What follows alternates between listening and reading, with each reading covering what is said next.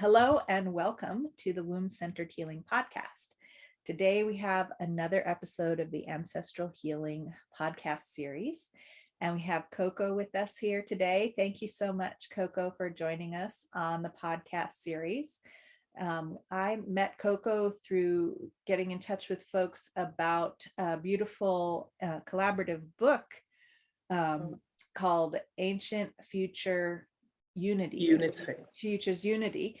And I've been interviewing the different participants in this collaborative book. And it's a lot of it's about ancestral healing, ancient futures, right? Bringing the wisdom of our ancestors into the future for human evolution and wisdom development, right? So at least that was my sense of it when I heard about it. So I'd love for you to introduce yourself, perhaps talk a little bit about that book. And I know you had some specific topics you wanted to share about for our ancestral healing conversation. So please do. Thank you. It's an absolute pleasure being here, Jessica. I think from the first time kind of meant there was such a strong bond, and I'm so grateful that you've asked me to speak about the ancestral healing, because it's been a big theme for me over the last year, if not longer, especially with the collaborative book, which the full title is Ancient Futures Unity: Reclaim Your Roots, Liberate Your Lineage, and Live a Legacy of Love. Yeah, just breathe that in for a moment. And it's such a rich and juicy title. And as soon as I heard it, my whole body just stood to attention, and I knew I had to be part of that book in collaboration with the other 23 beautiful Black women authors that have come together to create, we call it a book, but to me it's much more than a book. It was such a container of sisterhood and a shared vision, because energetically the wisdom that comes through that book is, and I know it may sound polluted, but it's life-changing. It's such a powerful collaboration, and it's one that I'm really excited about. And the whole premise around the concept of ancient future unity is that we are shifting into a very potent time now, where we are drawing in not only the wisdom from our ancestors and the ancient lineage, but also from our future lineage into this timeline, so that we can build a new earth. And a lot of the stories are around the fact that in order to do that, we have to clear our ancestral lineage. There's no getting around it, whether that's on an individual level or a collective level, a universal level or cosmic level. Everything in this reality and universal concept of that we live in a full universe is shifting, and we're all going in it together. And the reason why there's so much kind of like upheaval and turmoil at the minute is because we're being asked to do exactly that, to look at our patterns, our history, our lineage, and turn those into something where we begin to live in an harmonious and collaborative and communal way on the planet, because we've kind of lost the plot, to put it bluntly. You know, everything is upside down. It's upside down, and it needs turning the right way. And the only way we can do that is to see that as humans, we have come to a point where we have to evolve and embrace the truth of who we are as human beings, because we've become shadows of ourselves. And this is why so much is around facing the shadow because we've forgotten that we are light, that we come from lineages that were not corrupt, not distorted, but pure light. And this is what we're returning to. So the other part of the title, Reclaim Your Roots, is exactly that. We have to go back to the roots of who we are as human beings. And the first part of call is on an individual level. And I'll speak more about my own personal journey with that in a moment. And then the part about liberating your lineage, again, is the fact that when we do focus on our own healing as an individual, we're not only doing it for ourselves, we are in fact energetically in such a potent time that we clear the way for our ancestors 7 generations back and 7 generations forward. So it's not, even though the focus is individual, we are doing it as an act of service and an act of knowing that we come from a stance of power when we do that, because we are energetic beings first and foremost, and everything, every action has a consequence. And we live in a time where we've forgotten that we just think that being an individual means we just live in our own little sphere and it doesn't have an impact on anything. But what we're witnessing now is that everything that we do, whether that's individually or collectively, has a consequence. And we have to learn to live together on this planet, and not just in collaboration with ourselves, but in collaboration with her. She is our mother. And we have forgotten that she is our mother. And, you know, we can suckle on mother's breasts for a while. But then if we don't kind of have that flow of it's a give and receive, then she becomes out of balance and distorted, and archetypally, mother then becomes martyr, you know, or she becomes a shadow of herself. She becomes depleted, and this is what we're seeing in the world now. We cannot continue to plunder her resources, and everything is a metaphor or metaphysical. And that's how I view the world. And it is of no kind of like surprise to me that the thing that's come to wake us up is something that affects lungs and breath, the breath of life and the lungs of life, because we have gone out of control when it comes to the lungs of the planet. And all she's doing is reflecting back to us the consequences of that. And if we continue to deplete her in that way and not see that she's a living organism, and that we also are living organisms, exactly the same, that, you know, there's going to be more of this kind of like chaos and death.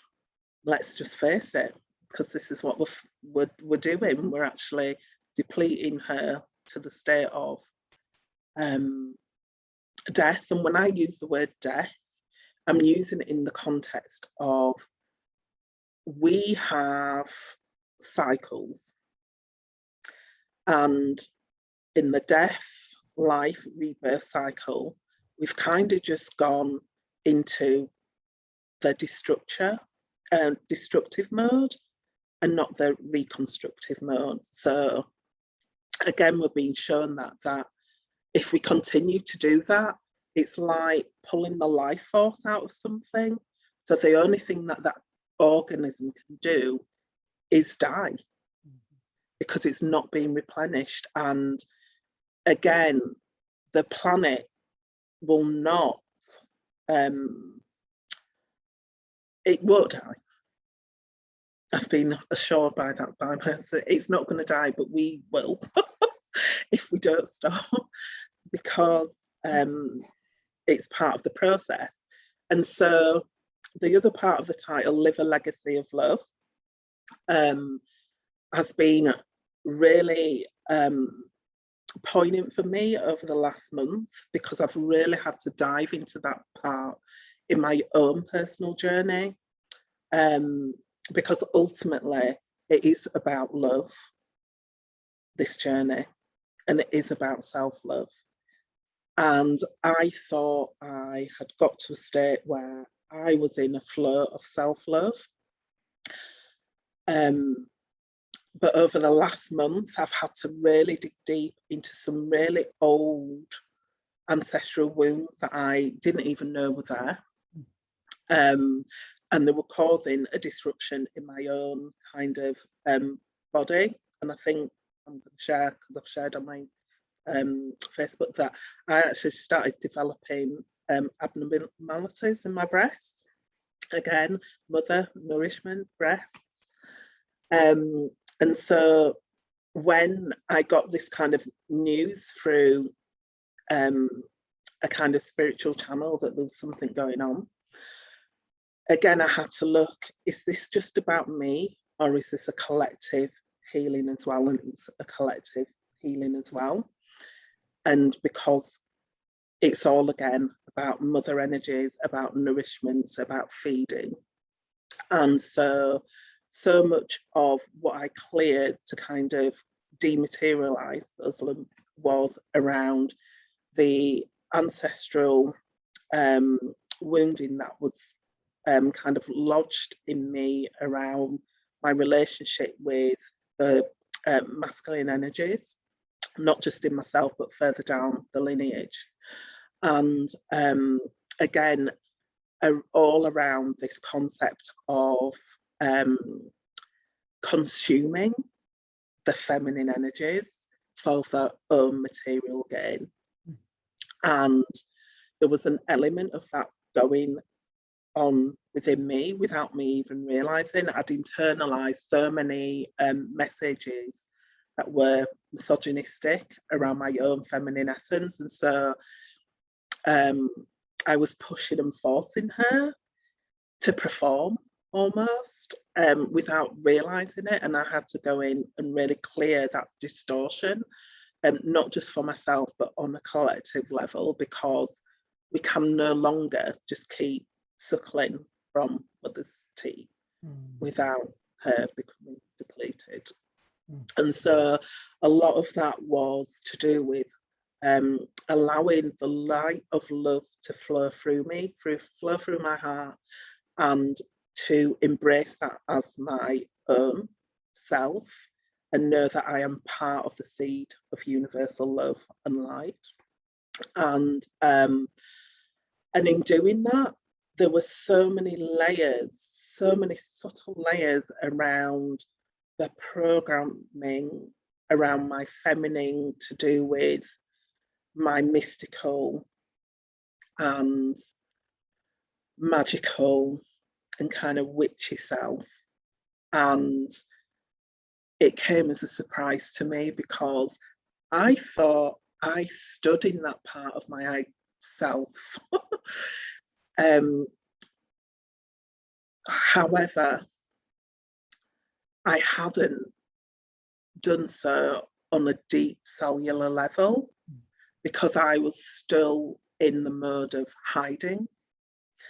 And I think we kind of just spoke about that just before we came on, this sense of there was that part of me that was afraid of being seen in the world, because all the wounding around being persecuted as a woman with wisdom and power to share was so lodged in my system that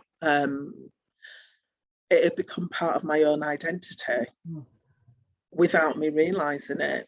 Because as I said, I thought I kind of broke through this, because my story in the book came about.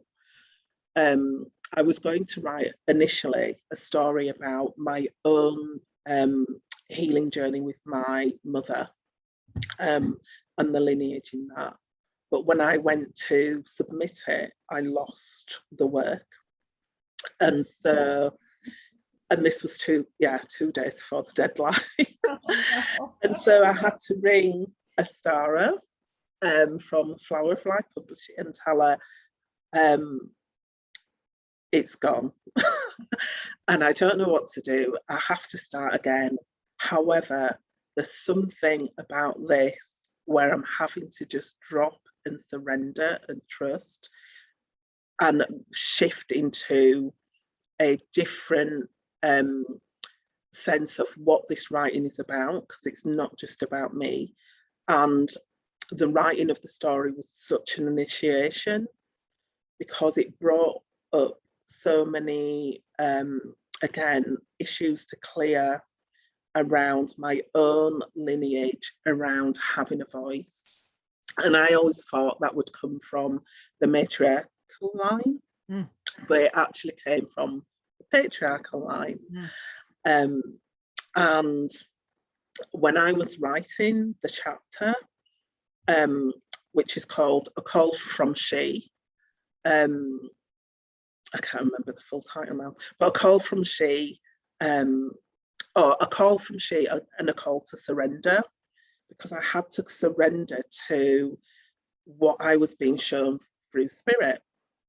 And initially, as I went back through my timeline, I saw, I was given childhood memories of where my father wouldn't allow writing or books in the house, and if we brought them in, he'd destroy them. Wow. Yeah, it was huge, and something that I've forgotten about that kind of terror, because one, writing wasn't really my forte because I'm also dyslexic, and there was a lot of healing around that. And so, but as a child, the memories that came back were that I used to write in secret, but I used to write in code, and it became a kind of game for me, but I didn't realize I was doing that as a way so my father couldn't read, or it looked like drawing rather than writing. And when these memories were coming back, each time I was given a vision further back down my ancestral line to clear, and the furthest one I was given was seeing some of my ancestors in slavery and bondage, and how they had to let go of their mother tongue and embrace English and let go of their names and claim their master's names. And also that by the energy that I was carrying down the line around the fear of expression was the fact that if they were caught writing in their own language or speaking their own language, they would be killed, essentially. And so they had to devise ways to write in code and secret.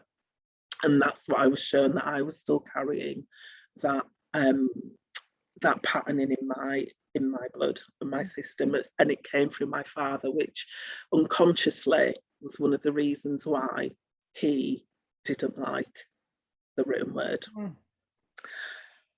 And so it was a huge piece to kind of get to grips with, but with that I was also shown why I came into this soul as a dyslexic person, because again, I wasn't fully to embrace the logic of words. I had to embrace the energetics and words by sight, which is what I still do now. Words to me come in shapes rather than letters. So, because I still find it a challenge to write, but I'll go into that in a little bit, about why that's so magical. because it's almost like now words for me have become symbols rather than logical mental things. So when I see a word, I feel it first, and then I see the shape, and then I'll write it. Whereas if someone came to me and said, oh, you're a writer, can you spell so and so, my whole brain kind of scrambles, because I have to see it and feel it before I write it, which is one of the reasons why I always say this is like a cosmic joke from the universe. And I've said that, why have I become a writer? And it is that thing of our greatest challenges are often our most potent gifts, because we have to really kind of step into it as something that doesn't necessarily, it's not about it not coming easy, but it's about there's an actual kind of rite of passage to go through. And my rite of passage to really embracing the English words were when I was myself becoming a mother at 21. And I just thought, I cannot have a child and not know how to write properly. So I went back to college and did my basic maths and English. And again, that was another rite of passage into claiming that for the generation that was to come. And again, at that time, I didn't really understand that I was dyslexic. I just thought I was, stupid, to put it bluntly. And it wasn't until I was 38 and my mother was dying, and that triggered me into a sense of I didn't want to die myself without ever trying to have got a degree or to challenge myself with the written word. And so I decided, well, I didn't really decide. I don't even know how I got there. It wasn't a logical thought. A friend of mine was going to a university for an open day and he asked me to drive him. And so I did. And when I got there, it was like I'd come home. It was the strangest feeling. And I signed up that day, there and then, for a degree in healing arts and movement studies. And then came, and this university was like 70 odd miles away, and like drove back into my hometown an hour and a half later and just declared, I'm going to university in a couple of months. And my children were still at school. My partner at the time was ill himself, but I drove those 70 miles there and back every day. I got up at 7 a.m, got to the university for 9:30, did the classes, came back, picked the kids up from school, and it was like, by the third year, I was kind of almost done energetically, but I'm so grateful for that. Was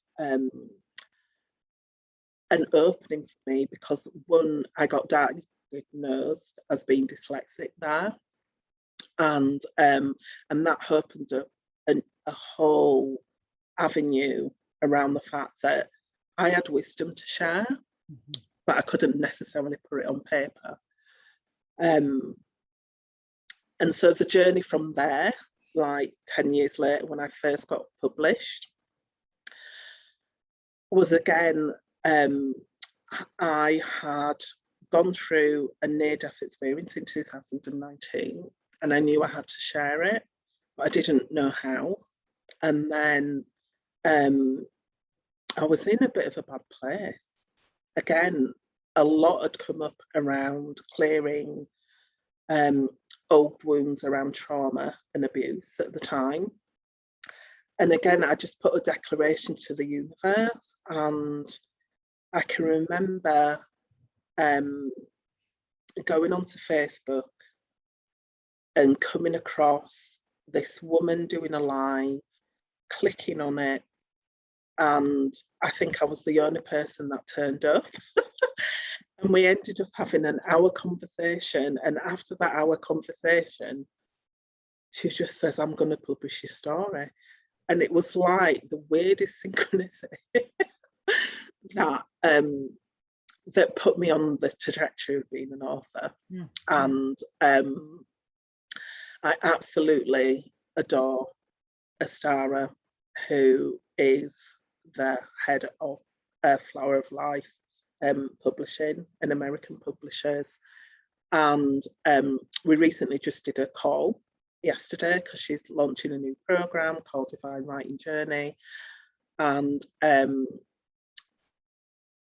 I was weeping on that call because just looking back at the 3 years that she supported me and loved me and published me as an author. And last night I was saying it isn't like a publisher and artist relationship, it is family. And I really do feel like it's family. And Astara and Flower of Life Press, along with Danielle Ashe, who came with the concept about doing a collaborative book for Black women writers, have been above and beyond supportive, and have really helped me step into my gifts and leadership and power as a woman author, and really believe in that. And the reason the book came about was it was at the turn of when the Black Lives Matter happened. Mm. And even though Flower of Life Press had done a series of books around feminine power and leadership, and there were Black authors in there, there had never been a soul book where Black women's voices were heard. Mm-hmm. And when Danielle got the kind of download that this is what needed to happen and put the call out, just got a shiver. The message was, these are the missing voices. I'm sorry, it's going to make me cry. Because as soon as she said that, it was like, yeah, there's something missing in the publishing world around allowing Black women not just to tell stories of woe or stories of oppression or that we need saving. This book is about how we've stepped into our power and leadership, how we've overcome our abuse, trauma, ancestral wounding that has been really deep, and at the time when the concept was birthed was up in our faces, and we were, well, I can't speak for everyone, but I was hurting at the time because even though I've been part of the spiritual community for 20 years, I didn't feel supported in that. Mm-hmm. There was a lot of bypassing going on around women who I thought were my sisters, around the fact of, oh, well, we're all one, this, that, and the other. And it was like, no, you're obviously not feeling what I'm feeling or sensing what I'm feeling, because collectively, this is what needs to be done. Ancestral, collective healing. Mm. And I feel with this book that this is what we've done. We're at the point of the arrowhead. And I heard that from one of the women yesterday, Letty, who is also an author in the book, that we've stepped at the forefront because this podcast series that you're doing is so timely. Mm-hmm.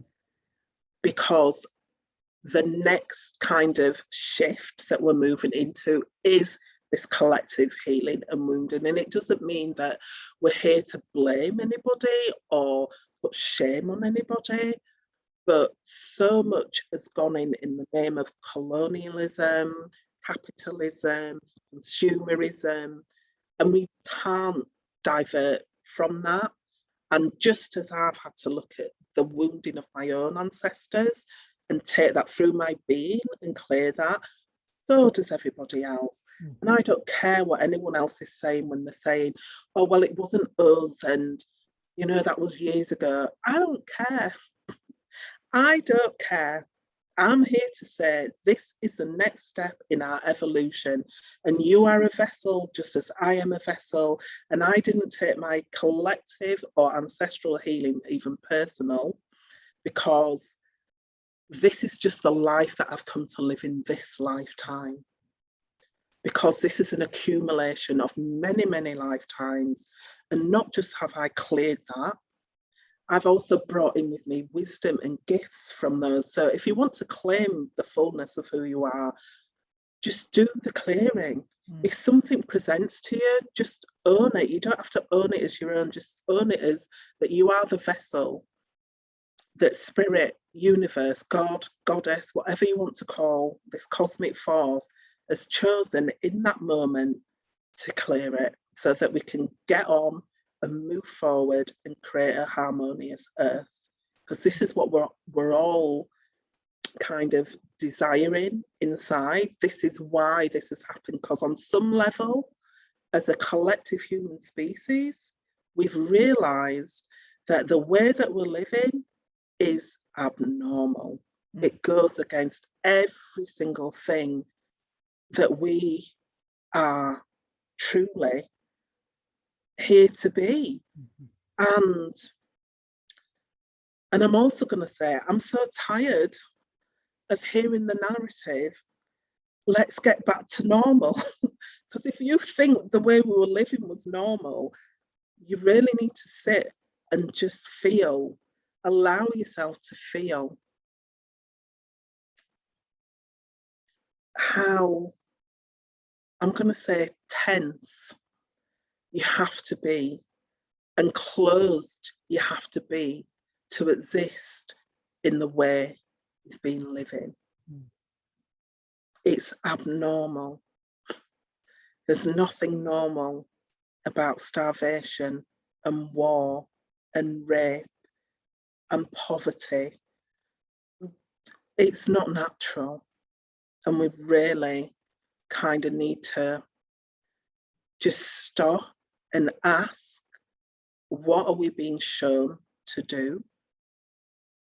And a big piece of it is energetically, we need to clear the ancestral way, not just so that we can carry on with life as it was, but as the title of the book says, ancient future unity. So we can bring in the wisdom that we have collectively from the universe, from our future selves, into this reality, into this timeline. The process I've just gone through with my breasts lumps showed me exactly this. And I had to cross over into a sense of purpose and sense of self that was almost like bringing the future self of my healthy self into this body energetically, and to create a miracle. And I'm going to call it a miracle, and I'm going to own it as a miracle, because it was a spontaneous clearing and a spontaneous healing. And in that moment, it was as if something came back online in me, a remembrance of, we already know how to do this. We are so much more powerful than we allow ourselves to be. And I've been writing about it, and one of the lines that I'm writing about, it says the lumps were easy to dematerialize. Everything else attached to that, I'm still unraveling, because what I had to unravel around that as well was, why had I stopped myself from standing in my own power? Because that was the message from the universe, was, You're not fully standing in your power. And all that energy that you came here with as a cosmic being is turning in on yourself. And it's basically you're self-destructing. And the only way to clear that or to live it is to allow the energy to come through me and to get on with the mission that I came here to get on with. And I'm not clear what the mission is or exactly what my message is right now. But I do know that I've crossed over into something that was around letting go of this persecution and deep ancestral witch wound that a lot of women carry around being fully in their power and being seen. And I was just speaking to you, Jessica, about the amazing, like, synchronized week I've had around being shown how to be up front and center and in a sense of leadership, because I never want to be frightened like that ever again.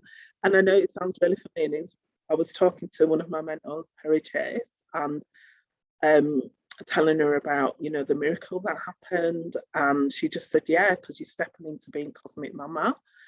And I said, well, I'm really glad to see that, but to be honest, it was because the fear of God was in me.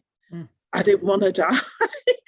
And I just knew from metaphysically that all matter is energy, and all energy can be transformed and changed. And that was what I was holding on to. And the funny thing is, 2 weeks before that, I was directed to read Louise Hay's book, You Can Heal Your Life Again. And I was thinking, why am I reading this book? I was nearly sending it to charity shop, and it was because that part of me that didn't believe in her witchiness, her magical self, her mystical self, her oracle self, needed to remember that I read that book 20 odd years ago, and that it is possible to heal in a short period of time. And when I said that to my mentor, she said, yeah. And I said, the fear of God was in me. She went, no, you mean you were scared of yourself? And it really struck, and I went, yeah, I was. I was just afraid of my own power, presenting my own power in the world, holding that solid sense of, we came here to change the paradigm.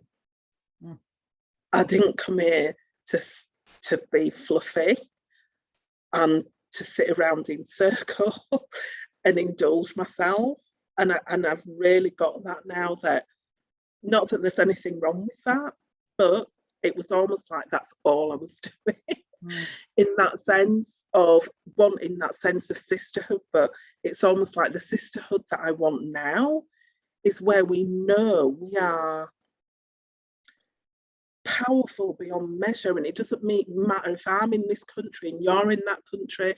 We can connect energetically and change this paradigm. And this is what I'm holding on to, because the portal I've had to step through in this last month, and ironically, it was also my birthday at the beginning of October, and I just knew my whole energy had shifted.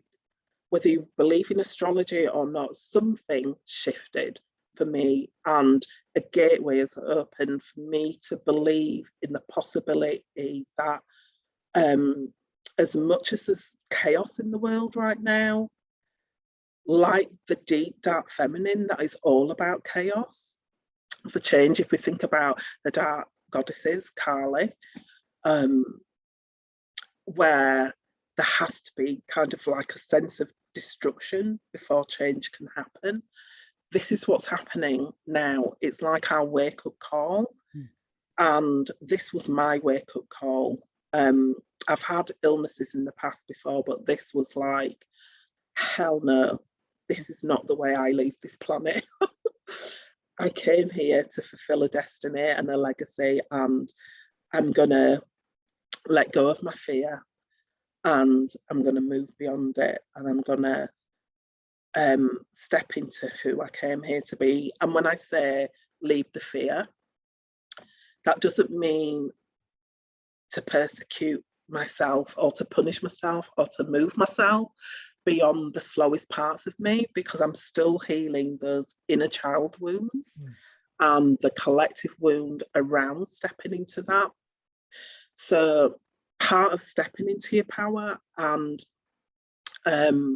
clearing these wounds and these deep ancestral wounds is taking care of the human vessel, is taking care of the human self, and learning what love is. And in this process, I've also had to be so tender, so loving, with those deep feminine wounds that we all carry as women. Even if we don't think we do, we do. Because collectively, our wounds are joined together. We only have to be, living with other women and we realise we all sync our cycles. But imagine that this is going on a collective level, and it may feel like it's buffering you a bit, but there is a deeper flow of the feminine that we can lean into, where this river of feminine, true feminine energy and the true energy of the mother. And I'm moving like that because when I tap into it, oh my God, it just moves my body. It's like a wave of just pure feminine essence that we can lean into as women and sing, we've got this. That's what the kind of message is we've got this. And it may feel terrifying, but one of the things that I was also shown was that I had a lot of karma to clear. In many of my past lives, I was masculine, and masculine to the point where I abused power and hurt people. And I came in and had to clear that also, because there were elements of that I'd done in this life, not consciously, but there was almost a manipulative energy to me, and I didn't understand that, and I had to clear that, because I asked, why was I birthed in a female body? Because we're living in a world where we just don't get it. I don't get what's happening with my own kind of body. And I was shown the beauty of a woman's body and what it's capable of. And part of the healing with the breast was shown that my left breast was about nourishment and giving, but my right breast was about being able to receive and be in partnership and trust with the universe. And it's like a flow that goes out, because we're often taught as women that we give all the time, but if we're constantly giving, we're moving to martyrhood and depletion, which is a reflection of what's going on with Mother Earth at the moment, which is why there's so much turbulence. And so it's learning to lean back, like I said, into that deep feminine flow and receiving nourishment from that, so that we can go out and give into the world as fully fledged, solid women with our masculine intact internally. And I think I said to you that this has been the journey I've been on over the last week, because I hit another core wound around the fact that I wanted my divine masculine counterpart. It was such a visceral sense of, I feel that there's something missing. And then this week I've been shown the journey that it was my own divine internal masculine that I needed to connect to. And I really feel a strength coming in me now to give my message, no matter what that is, without the fear of being called crazy or being told to be quiet, being told I'm too much, too loud, too woo-woo, too feminine, too whatever. I'm going to say don't give a shit then. And I am going to say I don't give a shit anymore. Because I don't have time to pay that any attention anymore. I became sick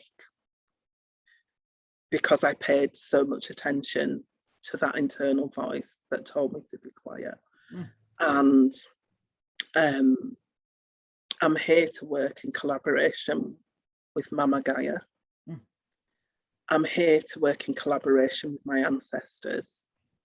I'm here to work in collaboration with other women, other male, like-minded souls, because the call has been put out, and I'm here to live a legacy of love. And I'm here to bring both my ancient and future wisdom into this timeline and just build a more harmonious future. I don't know if it's going to happen in my lifetime. No, that's a lie. Something big is going to happen in this lifetime, and it's going to be glorious.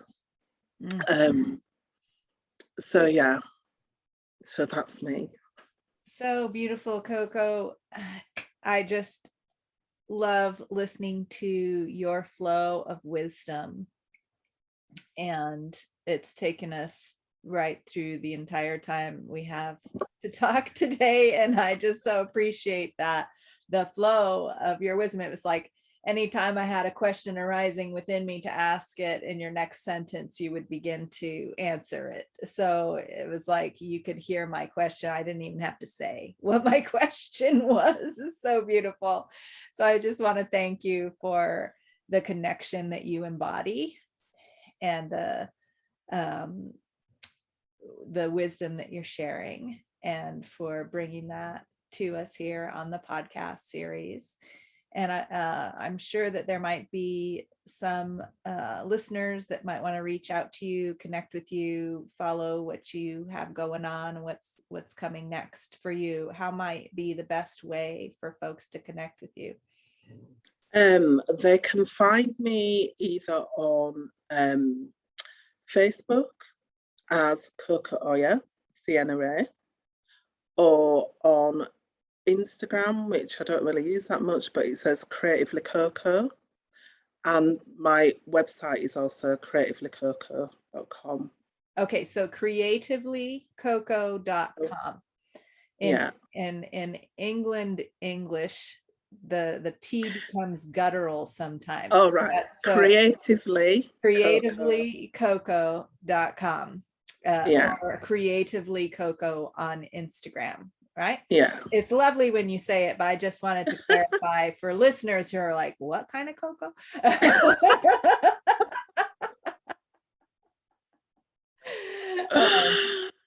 Beautiful. So thank you. And listeners also know that if you want to learn more about what's happening in the Womb-Centered Healing Temple, you can go to wombcenteredhealing.com and subscribe to the newsletter there.